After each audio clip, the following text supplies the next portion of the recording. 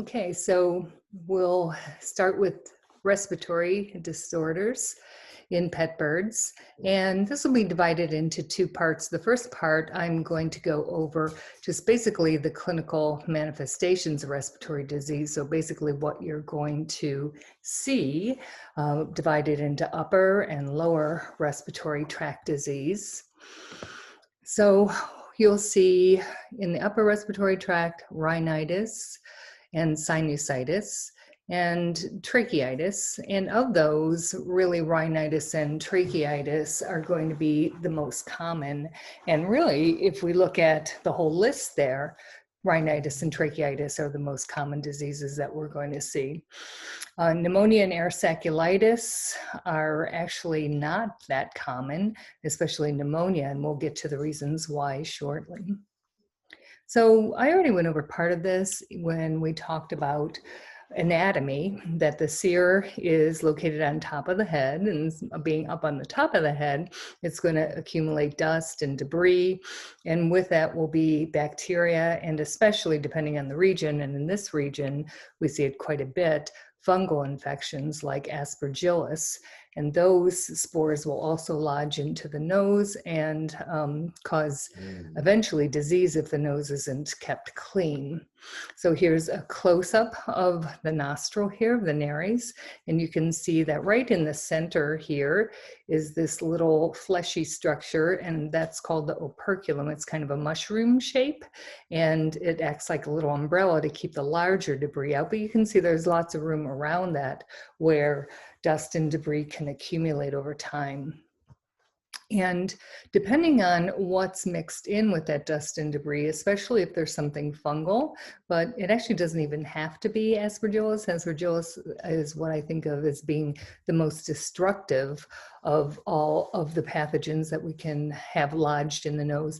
But even just over time with a combination of hypovitaminosis A and changes that you're going to get in the squamous epithelium lining of the nose, and just having debris and just environmental bacteria in there can be enough to just completely destroy the normal architecture of the nostril. So keeping the nose is really as clean as possible is incredibly important, and most owners don't really look at this at all. So it's something that you'll need to educate them about. So if we look at this double yellowhead parrot, this is his normal nostril over here, and something got clogged in there probably months and months ago at least, maybe even a year ago. And when it became clogged, there were secondary bacterial infections, and the whole process just kind of snowballed from there. And if we start cleaning all that debris out, what you end up with is this just crater, this gigantic crater in the nostril. And that operculum is gone, all the nasal conchae, the little cartilaginous scrolls that are in there can be destroyed, and that's a permanent damage. There's nothing that you're gonna do to change that. It may shrink inside, in size a little bit as it starts to heal and granulate, but that's going to be a lifelong problem, a lifelong issue for this bird. And likewise, because the growth plate for the beak comes from that same region, right where the nares meet the beak horny tissue, you can have destruction of the beak. And often when they have chronic disease, like this in little Quaker parrot here, you'll see linear erosions of the beak as well. That is because the growth plate just in that region have been destroyed. And in this particular guy, it just really eroded through both sides. So you can see on his left side what remains of the operculum, but there's actually no opening to the nostril and the cere left. And then you can get other bizarre conditions like this. And this is fairly unusual, but unfortunately we do see it, where that whole thing becomes cavitated and then actually just starts eroding through the skin. Or in this case, with this little red-headed parrot. It started in the nostril and destroyed the nostril, went up into the sinuses, and actually eroded into the top of his head. And this is a permanent fistula that if you were to flush saline through this hole in the top of the head, it's going to come right out that nostril. So you can see permanent damage just from basically not keeping the nose clean. And then over time, those little accumulations, and that's going to be anything from dried exudate to just dust and debris from the environment and squamous epithelial cells, all those things together will form what's called a rhinolith. And these can be just literally rock hard, and they can be fairly difficult to remove and often are going to require sedation to get in there and actually pick them out. And it's sometimes just stunning how large these can be in such a tiny little hole. So how do we prevent it? Need to talk to the owner about keeping the nose clean. And really the only way that they can clean their nose is to bathe regularly. So when they bathe, if you just watch the little birds in the puddles, they dip their head into the puddle like this little Quaker is, and then they'll just sneeze it out. And that's what they need to do. And they could do that also by just bathing them in the sink, like this little Amazon down here. And they do make perches for the shower that a lot of birds, especially the Amazon and the rainforest birds, absolutely love the shower. You know, mine would just flip upside down and open up his wings and get all the water underneath of his feathers. And that's healthy not only for the nose, but for the whole respiratory tract, but it's really healthy for the skin as well. And if you first try to do this with a bird that has never seen water before, they're going to freak out and not like it. So it is a matter of training, either when they're little, to just put them in some shallow water and kind of drizzle the water on top of them, or if it's an older bird, just to gradually introduce it. One thing that a lot of people think is an adequate substitute is to take a squirt bottle and just kind of squirt it on the bird. And some birds like that, but it really doesn't penetrate into the nose adequately. They really should be actually bathing rather than just using a squirt bottle. And the other thing we need is a good diet. A lot of this starts with hypovitaminosis A and the changes that we get to the epithelium in the nostril. And that's going to happen really throughout the whole respiratory tract and to other areas such as the kidneys and the uterus for the females. But what we tend to see most often clinically are problems up in the nostril themselves. So rhinitis, other than having degree accumulation, you can get primary infections bird to bird. You can get infection secondary to having those nostrils clogged, or just to immunosuppression in general, like what we discussed in the GI portion.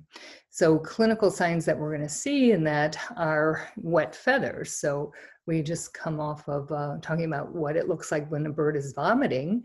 So you can see where you could mistake that even for, well, is that vomitus that's stuck to him, or what's all stuck around his face? And I think just kind of given the distribution, what that looks like, it looks like it was probably just dried exudate.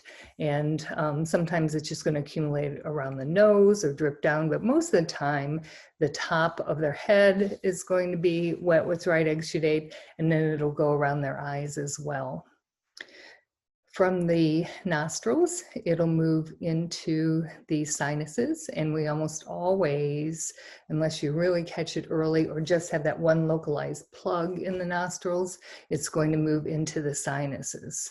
So you usually are going to see sinusitis and rhinitis together. So once it moves into the sinus, in addition to having the nasal discharge, you'll have an ocular discharge because there's a very extensive sinus, periorbital sinus, and you probably already had this to some degree in your ophthalmology lecture, but it surrounds the eye completely and there's no bony lateral wall there. So when you have swelling of the sinus, you are going to get periorbital swelling, and sometimes, as in this case, you'll see the swelling occurring between the eye and the nostril. And that's a little species dependent. Some of the larger macaws have a bone in that region. They don't around the eye itself, but they'll have a bone in the region between the eye and the nostril. But a swelling like that is most likely going to be coming from the sinus itself. And the type of exudate that they make isn't liquid pus. It's really a thick cottage cheese or even like plaster type of exudate that'll accumulate in there. So you'll be able to palpate this very firm swelling. Another thing that'll happen, and sometimes this happens when the nostrils are clogged, but often, as in this case in this African gray, you really can't see that his nostrils look clogged. If you went in there and tried to flush them, you'd find out pretty quickly that they are, but their cheeks will puff out with inspiration. And I have a little video here. Oh, what? Hello. Hi. Hi, Trixie. Okay, so it'll be 372 for Trixie. Okay. Hi, Trixie. You gotta get your weight there, boo. And you could see how the cheeks, every time he breathes in, the cheeks puff out because air is moving in successfully, but then, you know, he can't really push it back out of the nose again. So they're just going to puff out because it's filling up the sinuses, and that's where the sinuses are. It's going right from the nostril and getting trapped in the sinus and expanding every time he talks. So that is not normal. And even if the bird looks otherwise completely healthy, you really do need to address that issue, because if it's not addressed at the point where he looks healthy, it's going to extend into the remaining of the sinuses. And if you look at how extensive they are, this diagram really illustrates it quite well, that not only do you have this extensive periorbital sinus right here, but you'll have pockets that extend down into the beak itself, little air pockets. Remember, to keep them light for flight, their whole head is just filled up with air to keep that the skull and the rest of the skeleton light. And a lot of their bones are filled up with air too. They have pneumatic bones. So we have this extension that's going to go back around the ear and behind the skull, down into the lower beak, and then back into this blind end air sac called the cervical cephalic air sac. And if you start with just a little bit of infection here in the nostril, that can spread to really distant locations that are very impossible to get to, and that sets a little nidus for infection there that you'll have success in treating it temporarily, and then as soon as you stop your antibiotic or you stop your treatment, it comes right back again. So it is something you want to address early on. And unfortunately, just to give you an example, this African gray ended up being euthanized. And I went ahead and opened that up just to demonstrate how thick that exudate is. I mean, it's just completely dried out, almost like little pieces of rubber. So just doing your sinus flush isn't going to do anything for that.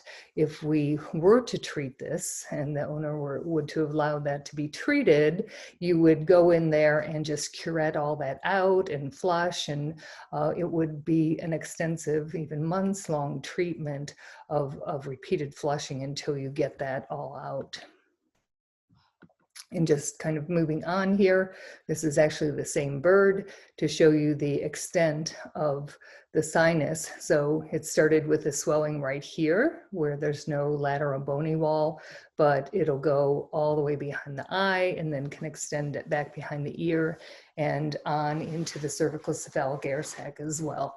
So that extensive nature of the sinuses make treatment, long-term treatment, difficult, and often you end up just managing it lifelong rather than treating it. And again, with that thick exudate, this little cockatiel has the same thing going on. There's not only rhinitis, but conjunctivitis and sinusitis, and this really thick pocket here. And sometimes with squeezing that pocket, you can actually express some of that out from the sinus exteriorly, but that is only, again, a temporary measure to get some of that exudate out. You still have to treat with a combination of systemic and local, and often even going in and debriding or infusing the sinuses with antibiotics in order to completely resolve it. And just another very sad case here of a chronic infection. In this case, what was coming out of the nose looked more liquid. So you think, well, I can just flush that out. It's a liquid exudate. We're going to be able to get this one under control. But this was another case where the owner had given up and had elected euthanasia. And you can see that down in the sinus, extending back behind the ear and all the way into the cervical air sac is that thick, cheesy, rubber-like exudate. And you can see the connection that goes right up into the original area of the nary. So even though what you were seeing was more mucoid or more liquid in consistency, somewhere in there is that nidus that's going to be thick and difficult, or in some cases impossible for you to find. You would never find that unless you were opening it up, or perhaps with a CT. So from the sinus, we can have infection moving or from the nares, infection either into the sinuses or down into the choana. And from the choana, when the bird's mouth is closed, will line up with the opening to the glottis and can move then down into the trachea and down into the lower respiratory tract. So we've already gone through the techniques of flushing some exudate into the choana and then collecting from the choana in order to get a sample of what's happening in the sinuses or the nares, and then examining it too for evidence of erythema or exudate, that even if you don't see it externally in the nostrils around the eyes, if the choana looks like that, there's infection up in the sinuses. So you have to do a thorough exam and open the mouth and look inside the mouth as well, even if you see nothing externally. So etiology of sinusitis, bacteria is probably the number one. That's going to be the most common. Chlamydia, I already kind of said that lately we don't see a whole lot of chlamydia, but that would be certainly something you'd want to consider, especially in that cockatiel that has kind of a chronic sinusitis, but it's not as common.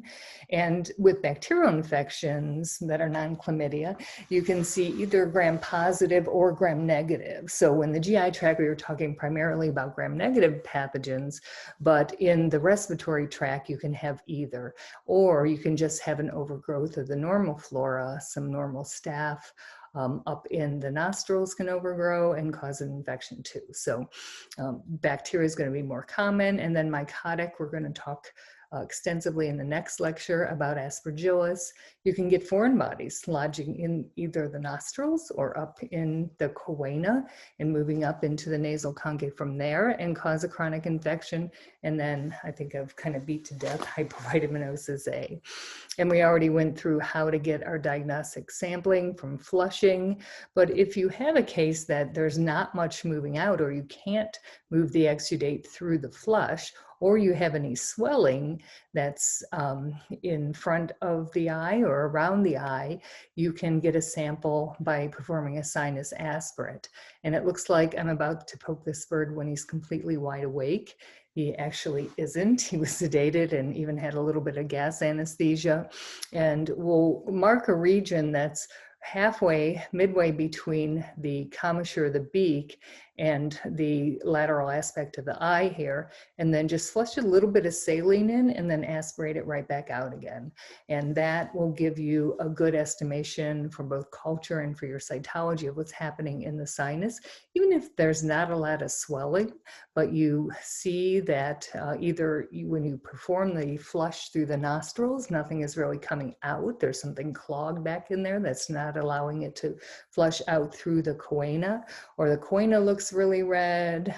In this case, the bird had been rubbing his face continuously because he has a sinus headache, basically. So he's just kind of constantly rubbing his head because it hurts, and all of the exudate was behind the eye, even though externally you're not able to see much. So that form of a sample is really the only way that you're going to get something that's representative of what's happening down in the sinus. And then other procedures, skull radiology is not really going to be all that helpful because unless there's absolute bony destruction. So if there's bony destruction, you're going to see that. But anything beyond that, if it's just that thick rubbery type of dried exudate in there, you would need a CT scan. And really the CT scan is going to be the most accurate way if you have that available to you.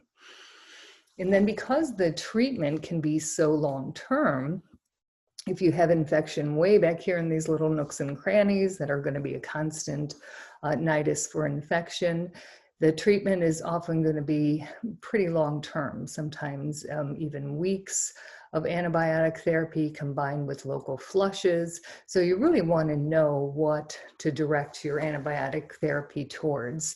So you really, as much as you possibly can, want to obtain a culture and sensitivity so you know that you're using the right antibiotic, and then you're going to use a combination, both the topical treatment and systemic treatment. And of course, we want to clean out the nares, and just so we have a good nose picking kind of video there, you can see all this thick exudate, and then also just how destroyed that whole nostril is from one side.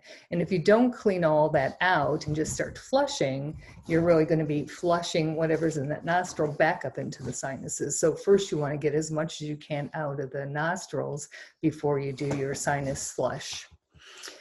If there's a lot of dried exudate in there and you're performing a sinus flush, sometimes you just really can't push all the material through. And if so, don't just keep pushing and pushing, because again, you're just going to push that plug back deeper in. But just that act of attempting to flush it moistens what's in the sinuses. And then at home, if you have the owners to continue to put drops, usually we're going to use ophthalmic drops into the nose, that's going to continue to soften it. And then when they come back in after treatment for about a week, or sometimes even just a few days, now it's soft enough that when you flush, it's going to come out. Another thing that really helps is to moisturize their environment. So if they, especially if they are tropical and rainforest type species, usually a lot of the issue is just that everything is so dried out in their nostrils. So I tell them just every morning when they're taking their shower, just put the bird, even if he doesn't get in the shower, just put him in that steamed up room so that he can inhale the steam. And that's for the tropical species really should be occurring every day.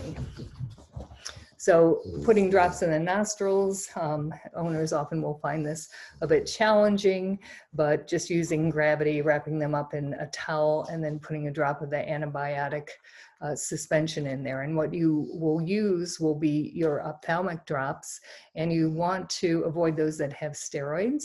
You want to get your sample first of your culture to make sure that you're not affecting your culture results, and then go ahead and pick an antibiotic. Most of these are not going to be absorbed systemically, so even if you use something that's not necessarily friendly to the gram-positive enteric flora, it's not really going to affect it. They don't tend to swallow that much of it either, so you're really pretty safe of putting just about anything you want in the nose.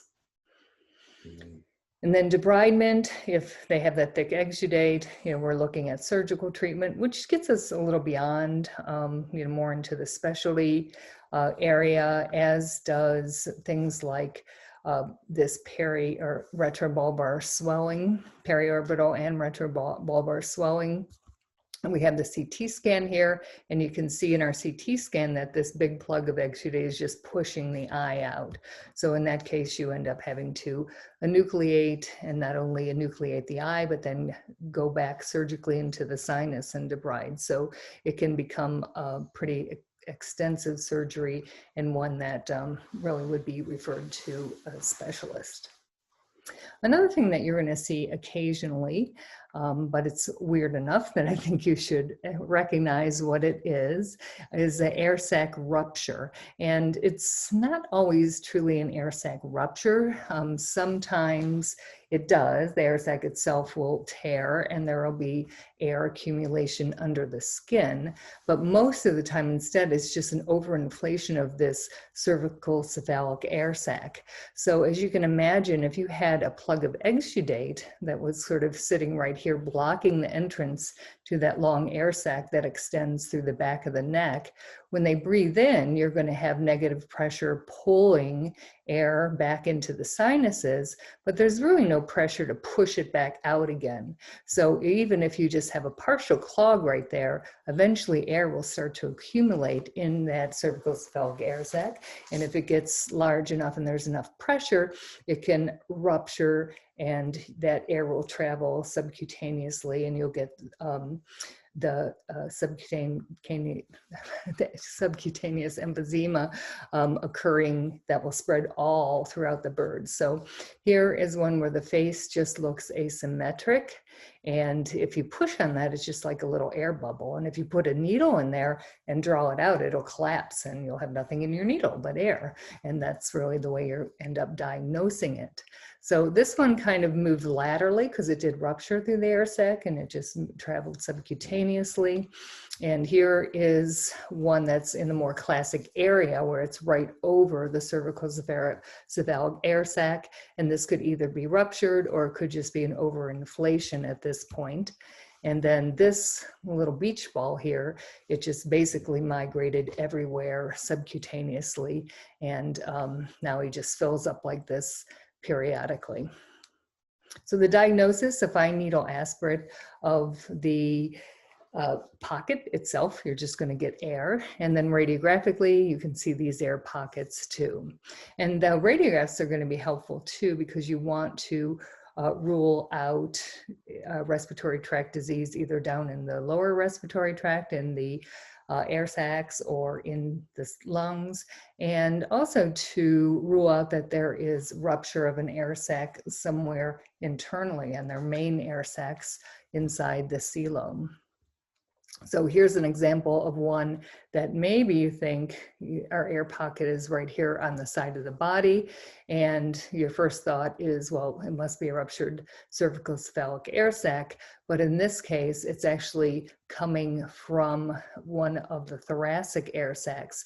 And it actually is because there was a process that eroded through the body wall. And that's always going to be a type of cancer that erodes through the body wall and then allows that air to leak out under the skin. And that's a totally different type of disease and fortunately pretty rare. So to treat this, often if you just drain it and drain it every couple of days or once a week or every 2 weeks, depending on how long it takes to fill up, especially if you catch it at the stage where it's just an overinflated air sac and not really ruptured. And then you treat the underlying cause, you treat the underlying respiratory tract disease. Eventually these will just collapse and stay collapsed. There are other more specialty type drainages where you can put in little stents and that sort of thing. But initially, as more of a general avian practitioner, you'll attempt to just treat that underlying cause and drain it periodically. And then if you can't get permanent drainage, it's something that you would end up referring. So moving down into the trachea, remember that the trachea and the glottis, the opening to the trachea, is right at the base of the tongue. It's kind of a continuation actually of the tongue. And there's no epiglottis, so as you can imagine, it would be pretty easy for an owner, if they're trying to force food or force medication into the bird's mouth, that they're going to aspirate it pretty easily. So it does make aspiration pneumonia the most common cause of pneumonia in birds. For us, clinically, it makes it pretty easy to intubate them. You just pull the tongue out and it's right there, and they're really not going to be closing off that trachea very effectively, so it's quite easy to intubate them. And speaking of intubation too, they do have complete cartilaginous tracheal rings. So when we intubate them, we don't use an endotracheal tube that has a cuff. If you were to inflate that cuff, you can damage those rings. So either you would use something that's uncuffed, or there are specially made endotracheal tubes for birds that get smaller and then just get larger in diameter as they move up towards the mouth in order to prevent leakage of your gas. So as the trachea moves down into the thoracic inlet, and just past the beginning of the thoracic inlet is the tracheal bifurcation. And in this area, as we can see through this endoscopic view, it gets really narrow and you get changes in dynamics of airflow there. And if something is going to either lodge, like an inhaled seed or food particle, or fungal spores where they tend to lodge, is going to be right there at that tracheal bifurcation. So when we have tracheitis, the most common area of infection is going to be at the tracheal bifurcation. And I maybe showed you this photograph before, that this was from a necropsy where we just kind of took this cast of Aspergillus colonies out of that region.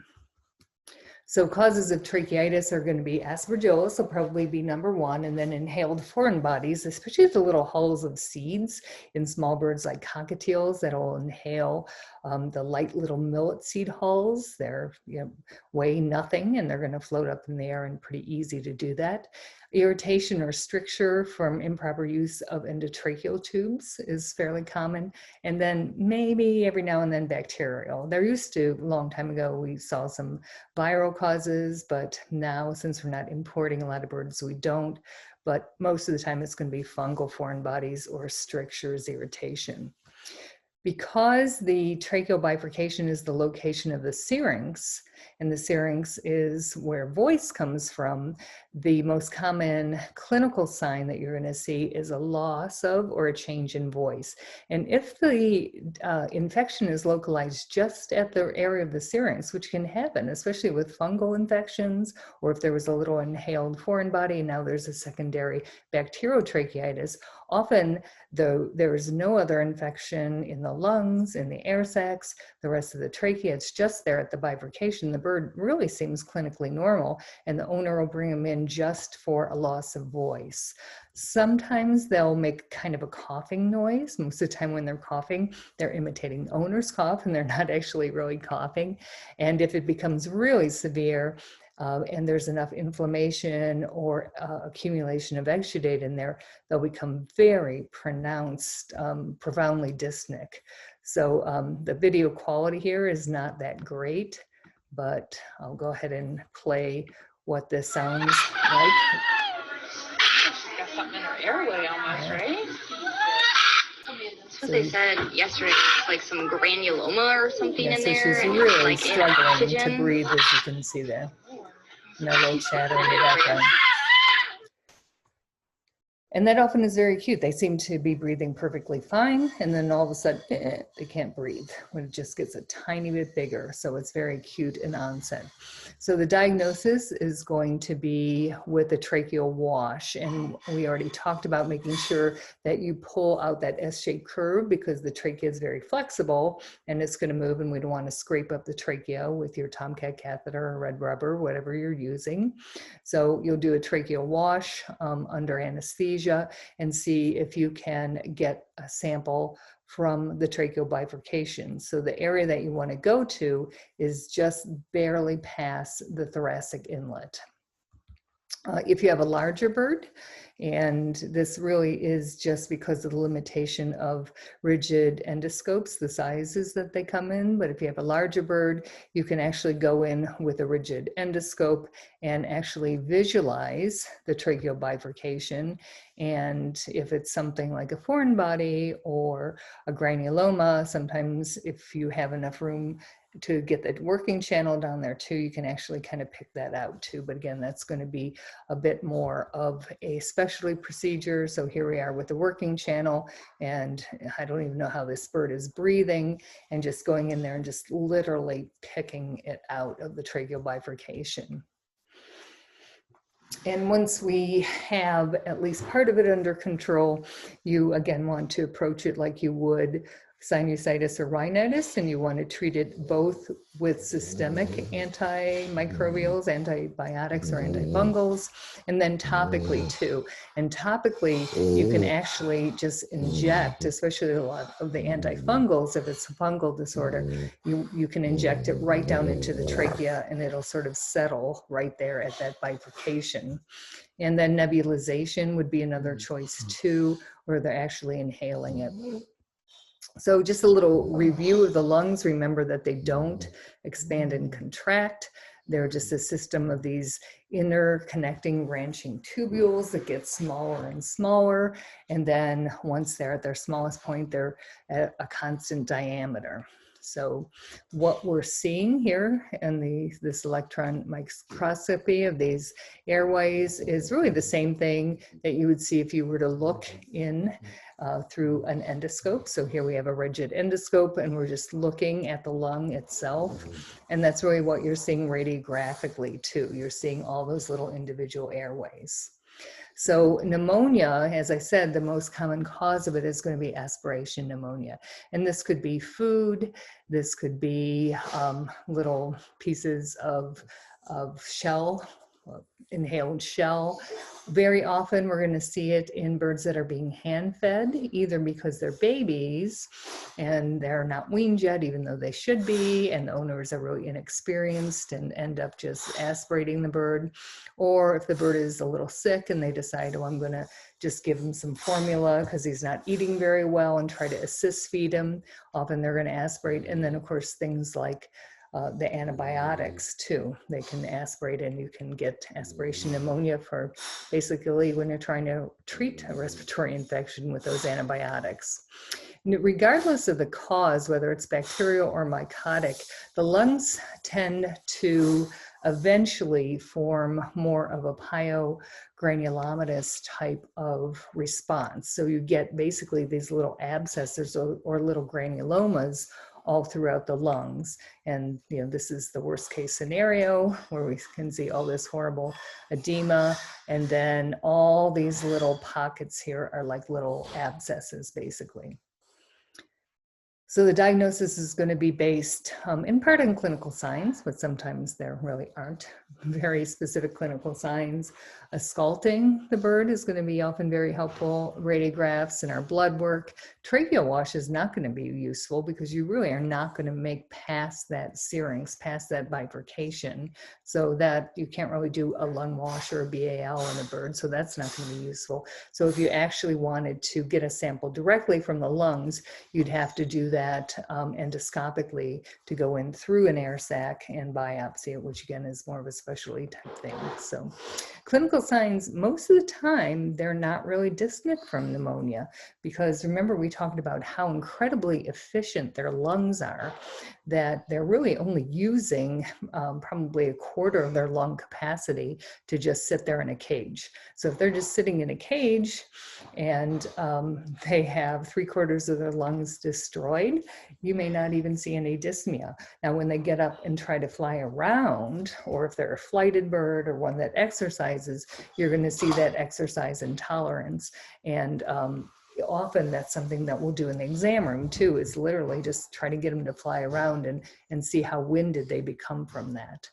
So before that happens, before there's enough damage to the lung for them to actually become dyspneic or become winded, they just have this sick bird syndrome. So they basically are going to be fluffed, maybe some bad feathers, just losing weight, just the typical something's not right with the bird. And they all basically look alike. I could put this bird up, I probably already have, for just about every disease. So just that fluffed up, losing weight, poor feather quality, lethargic bird. And if they are at the point, because of pneumonia, that they're actually dyspneic while just sitting in a cage, the prognosis is really pretty horrible, because most of the lung tissue is already destroyed. That's not going to be coming back again. So your best case scenario is just to stop it from spreading further and just kind of maintaining them at that level. Physical exam can be helpful. If you're listening to the lungs, most of the time you hear nothing, because remember, the airways don't expand and contract. There are no alveoli. So you're hearing absolutely nothing. It's quite silent. And then if they do have some granulomas or they have any swelling or edema in the airways, then you'll hear, it's not really crackles because they don't have alveoli, but you will hear sort of a rough lung sound. And then radiography is really going to be most helpful. But as we have already kind of gone through when we did the radiology lecture, it also is pretty subtle. Pneumonia is pretty subtle, the changes that you see. And I actually may have to stop here for a minute because I'm doing this through Zoom this time, and I'm going to stop here and then pick up again in a minute.